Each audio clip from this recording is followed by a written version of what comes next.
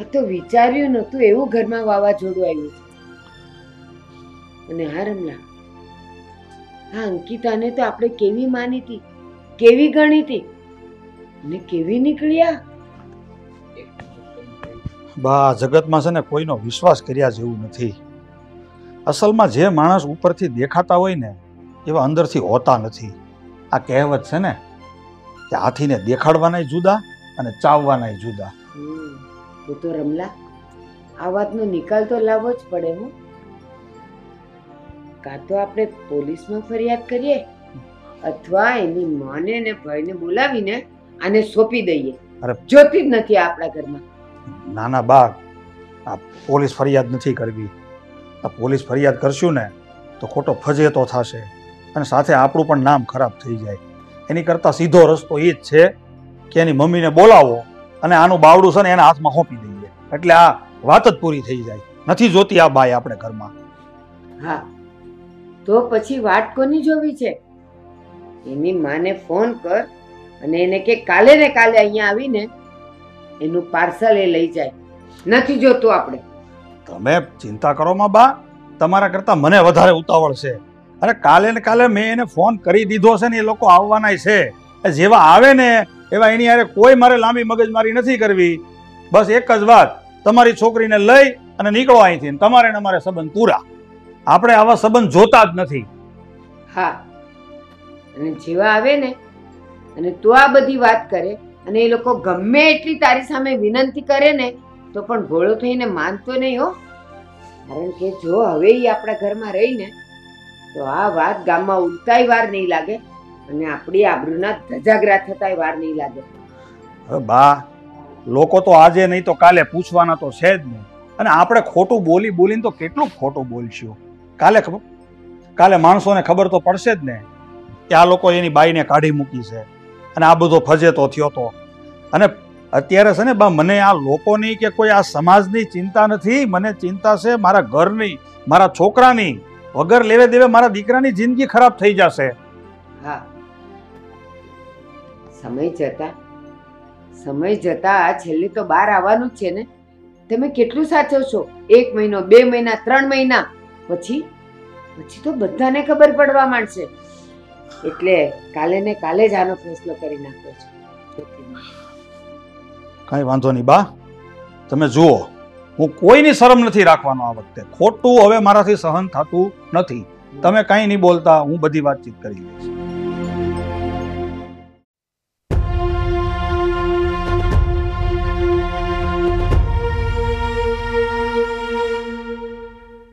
અંકિતા, મારે તારી સાથે વાત કરવી છે. બોલો, શું વાત કરવી છે? તું મને એક વાત જણાવીશ કે આપણે ક્યાંય ભેગા નથી થયા, આપણે એકબીજાને ઓળખતા પણ નતા લગ્ન પહેલા, તો ખોટે ખોટું તું ઘરમાં એમ કેમ કહે છે કે તારા પેટમાં જે સંતાન છે એ મારું છે? અરે તને પણ ખબર છે કે હું એ સંતાનનો બાપ નથી, તો શું કામ આવું કરી રહી છે તું? એ તો આપણે બંને જાણીએ જ છીએ, પણ તમારા દાદી અને પપ્પા થોડા જાણે છે. અને હવે તમારે સમજી જ લેવાનું છે કે આ જે સંતાન છે ને એ તમારું જ છે. સમજી ગયા મારા પતિદેવ? તું બહુ ખોટું કરી રહી છે અંકિતા. હા, જે કરી રહી છો ને યોગ્ય નથી. હવે તમે મને સમજાવશો કે સાચું શું છે અને ખોટું શું છે? મને બધી જ ખબર પડે છે, બરાબર? અચ્છા, તને બધી જ ખબર પડે છે એમ ને? હા, તારી શાન ઠેકાણે લાવવી જ પડશે. તને પાઠ તો ભણાવવો જ પડશે. તમારે પાઠ ભણાવવો હોય, શાન ઠેકાણે લાવવી હોય, તમારે જે કરવું હોય ને એ તમે કરી લેજો. તમને શું લાગે છે હું તમારાથી ડરું છું? આવી ખોટી ધમકી આપવાની બંધ કરજો. સમજી ગયા મારા પતિદેવ? હા, જ્યાં સુધી બોલું છું ને ત્યાં સુધી સારું છે. જ્યાં સુધી હું મારી મર્યાદામાં છું ને ત્યાં સુધી સારું છે. મારી મર્યાદા ભંગ ના કરાવ. જો એકવાર મેં મારી મર્યાદા છોડી દીધી ને તો પછી તારા શું હાલ થશે ને તને પણ ખબર નહીં રહે. મારા શું હાલ થાય ને એ તમારે ચિંતા કરવાની જરાય જરૂર નથી. જો અંકિતા, તારે જેટલું ખોટું બોલવું હોય ને એટલું ખોટું બોલી લેજે, પણ આ રિપોર્ટ તો ખોટું નહીં જ બોલે ને. હું તારા રિપોર્ટ કરાવીશ. અને રિપોર્ટમાં 100% ખબર પડી જશે કે તારા પેટમાં જે સંતાન છે એનો બાપ કોણ છે. સમજી? અરે તમારે જે કરવું હોય ને એ કરી લેજો. હું કઈ તમારાથી ડરતી નથી, સમજ્યા? તો હવે તું પણ જોઈ લે કે હું શું કરું છું.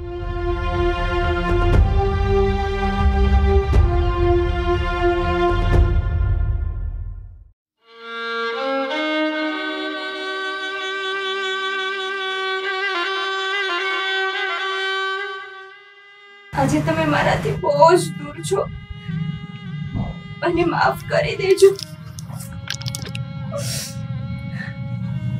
આજે તમારા જ ઘરમાં તમારા નાના ભાઈની પત્ની બનીને આવી છું. આજે મારા પેટમાં તમારું સંતાન છે, એને તમારા નાના ભાઈનું નામ આપું છું. મારી ઘણી મજબૂરીઓ છે. હું તમારા પરિવારને કે તમારા કુટુંબના કોઈ સભ્યને હેરાન કરવા નથી માંગતી, પણ મારી થોડી મજબૂરીના કારણે મારે આવું કરવું પડે છે.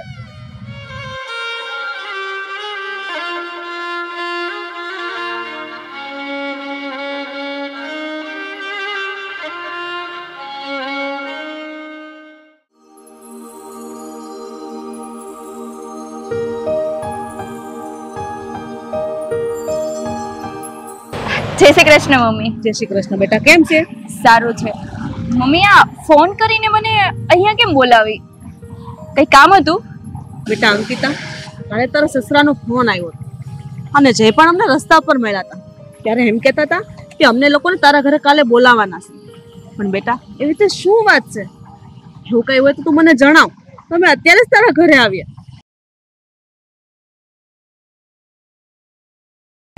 મમ્મી, મને ઉલટી થતી હતી અને એ લોકોએ મારા રિપોર્ટ કરાવ્યા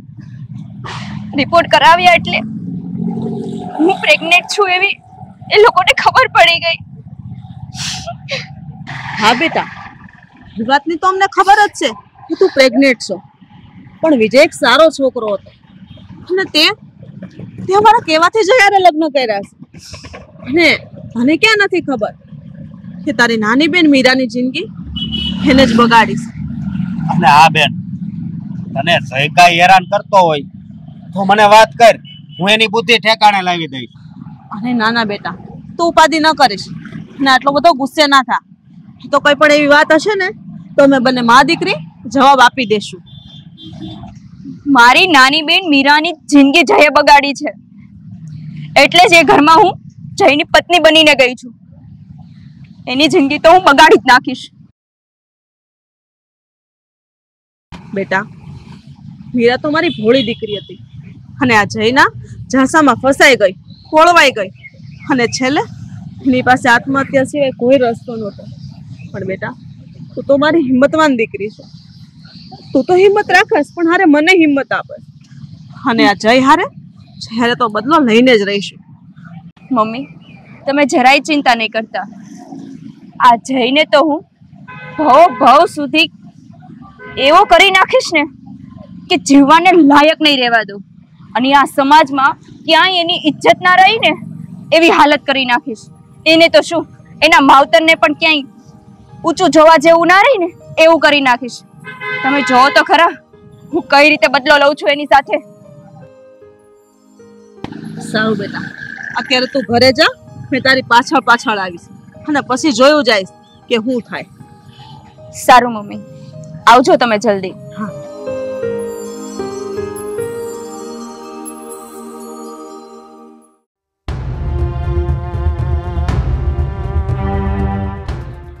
હા બેટા, આ સવારથી લઈને સાંજ પડવા આવી, આ અંકિતા બહુ દેખાતા જ નથી. તને કઈ ખબર છે ક્યાં ગયા છે? કઈ કહીને નથી ગઈ. ના પપ્પા, મને નથી ખબર કે અંકિતા ક્યાં ગઈ છે, પણ આવવા દો ને એને. આજે પૂછું છું કે ક્યાં ભટકે છે. આ બહુ બેદરકારી છે આની. તો કહીને તો જવું જોઈએ કે નહીં? કઈ જવાબદારી નામની વસ્તુ છે કે નહીં? શરમ તો નેવે મૂકી છે, ક્યાંથી કે બધું? આ તો આવે ને. અંકિતા, ક્યાં ગઈ હતી તું? હે? હા, ઘરમાં કોઈને જણાવ્યા વગર ક્યાં ગઈ હતી? કોને મળવા ગઈ હતી તું? છોડો. ઓહ, તો તમે મને એવું પૂછો છો કે કોને મળવા ગઈ હતી? બહુ શોખ છે તમને સાંભળવાનો, તો સાંભળો. હું મારા પ્રેમીને મળવા ગઈ હતી. સાંભળી લીધું? રમેશ, લાજ શરમ વગરની છે. સસરાની સામે આવું બોલતા એને શરમે નથી આવતી. બેશરમ. શરમ તો એને નેવે મૂકી દીધી છે બા. આ જો તો ખરા કેમ બોલે છે. કોઈ લાજ શરમ જેવું છે કે નહીં આ બાઈમાં? પપ્પા, અત્યારે જો તમારું માન નો રાખતો હોત ને તો આ ભાઈનું ચામડું ઉતેડી નાખત. અને પપ્પા, હવે છે ને મેં નિર્ણય લઈ લીધો છે કે આ ભાઈ મને એકને લાખે પણ મારા ઘરમાં ન જોઈએ. નથી રાખવા મારે આની સાથે લગ્ન. ડિવોર્સ જોઈએ છે મારે આની સાથે. તું ચિંતા ન કર બેટા. હું અત્યારે જ એના મમ્મીને અને એના ભાઈને ફોન કરું છું અને અહીંયા બોલાવું છું. એને ચોખ્ખે ચોખ્ખું કહી દઉં, તમારી છોકરીને લઈ અને ઘર ભેગા થઈ જાઓ. અમને બોલાવવાની કોઈ જરૂર નથી. અમે તમારા વગર બોલાવે અહીં આવી ગયા છીએ.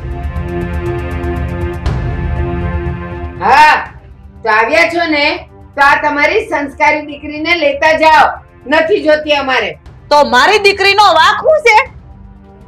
હજી તમે લોકો પૂછો છો તમારી દીકરીનો શું વાંક છે? અરે વેવાણ, મને શરમ આવે છે બોલતા. પણ હવે તમને એટલું કહી દઉં કે તમારી દીકરીના લક્ષણ ઠીક નથી. અને તમારી દીકરી છે ને અમારા ખાનદાનનું નાક કપાવી નાખે ને, ઈ પહેલા તમે એને અહીંથી લઈ જાઓ. તો તમારા દીકરાના લક્ષણ ક્યાં હારા છે? અને પાછા મારી બેનની સામે આંગળી ચીંધે. બેટા, તું શાંત રહે, ધીરજ રાખ.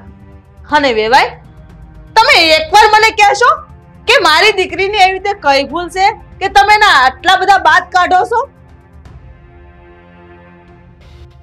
મને તો આ બધી વાત કરતા શરમ આવે છે. બા, આ જે કઈ ઘટના છે ને આ બધી વેવાણને તમે કયો. આ તારી મહારાણીના કરતૂત તું જ કે ને. મારા પરમ પૂજનીય સાસુજી, તમારે સાંભળવું જ છે ને કે તમારી દીકરીનો વાંક શું છે? તો સાંભળો. અમારા લગ્નને તો હજુ 5 જ દિવસ થયા છે અને તમારી દીકરી માં બનવાની છે. સારો ભાગ ભજવ્યો છે એણે. હા મમ્મી, હું માં બનવાની છું અને આ તમારા જમાઈ પપ્પા બનવાના છે. અને મમ્મી, તું નાની બનીશ અને ભાઈ તમે મામા બનશો. જોયું વેવાણ, આ કોઈકનું પાપ લઈને આવી છે અને છતાંય સંબંધ તો કેવા બનાવે છે.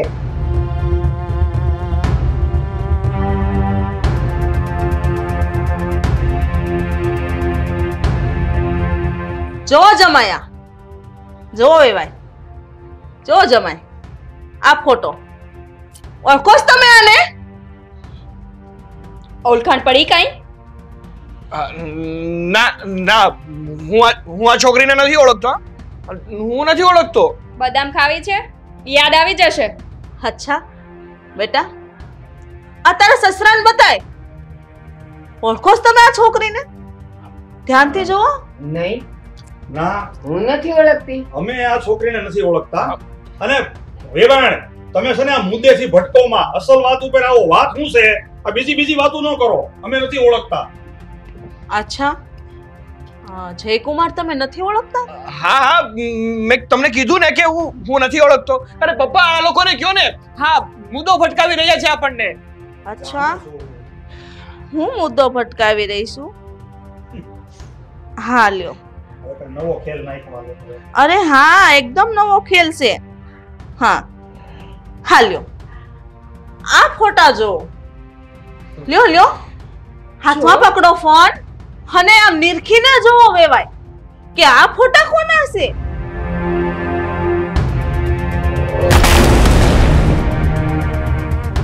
આંખો ફાડીને જોજો. ઈ જ છે ને આ તમારો દીકરો જય?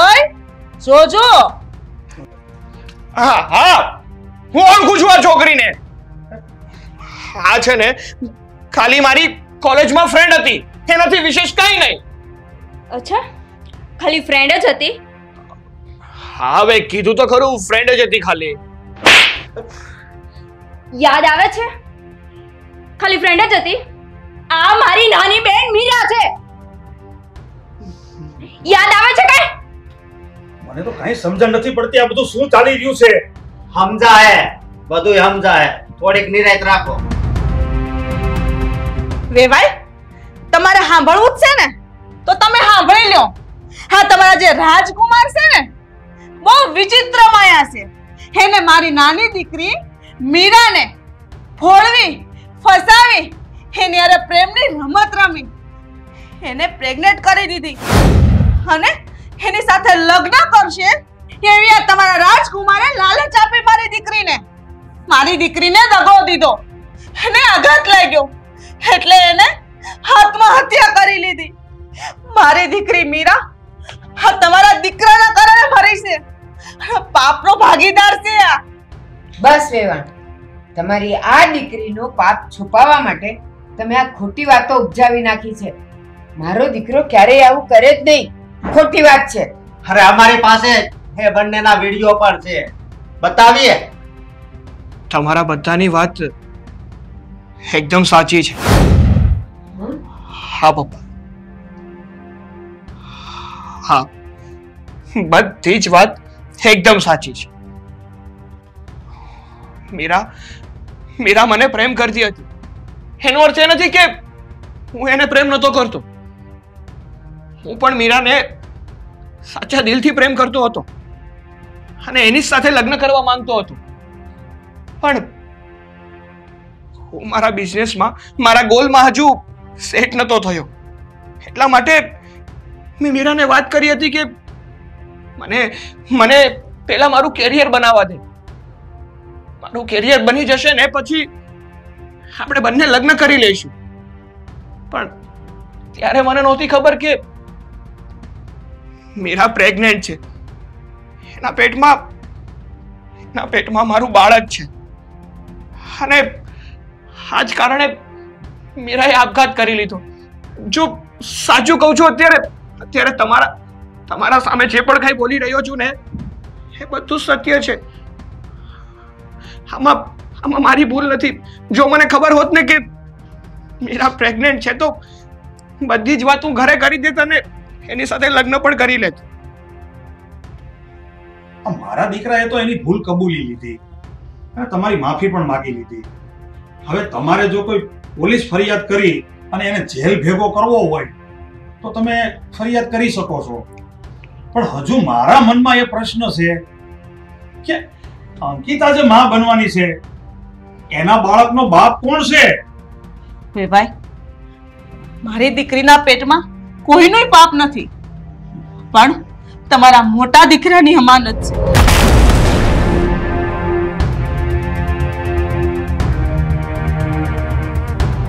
હા, જુઓ વિડીયો.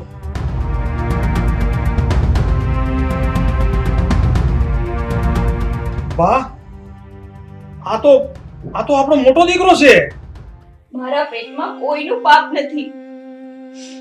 મારા પેટમાં તો વિજયની નિશાની છે અને વિજયે મને કઈ દગો નથી કર્યો કે નથી મારી સાથે કોઈ વિશ્વાસઘાત કર્યો.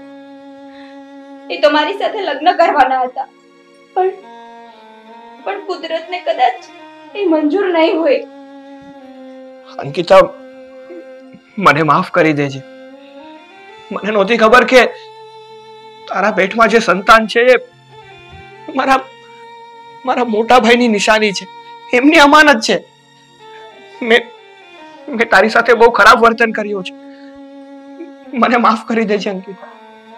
તમે માફી ના માંગો.